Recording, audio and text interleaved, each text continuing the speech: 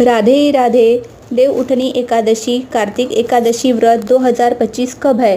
1 या 2 नवंबर 2025 को। आइए जानते हैं। पंचांग के अनुसार कार्तिक मास के शुक्ल पक्ष की एकादशी तिथि को देव उठनी एकादशी का व्रत रखा जाता है। एकादशी तिथि प्रारंभ 1 नवंबर 2025 दोपहर 9:11 से प्रारंभ। एकादशी तिथि समाप्त 2 नवंबर 2025 7:31 पर रहेगा। 1 नवंबर 2025 एकादशी व्रत समाप्त। व्रत का पारण 2 नवंबर दोपहर 1:11 से 3:23 तक रहेगा। 2 नवंबर 2025 एकादशी व्रत वैष्णव द्वादशी युक्त।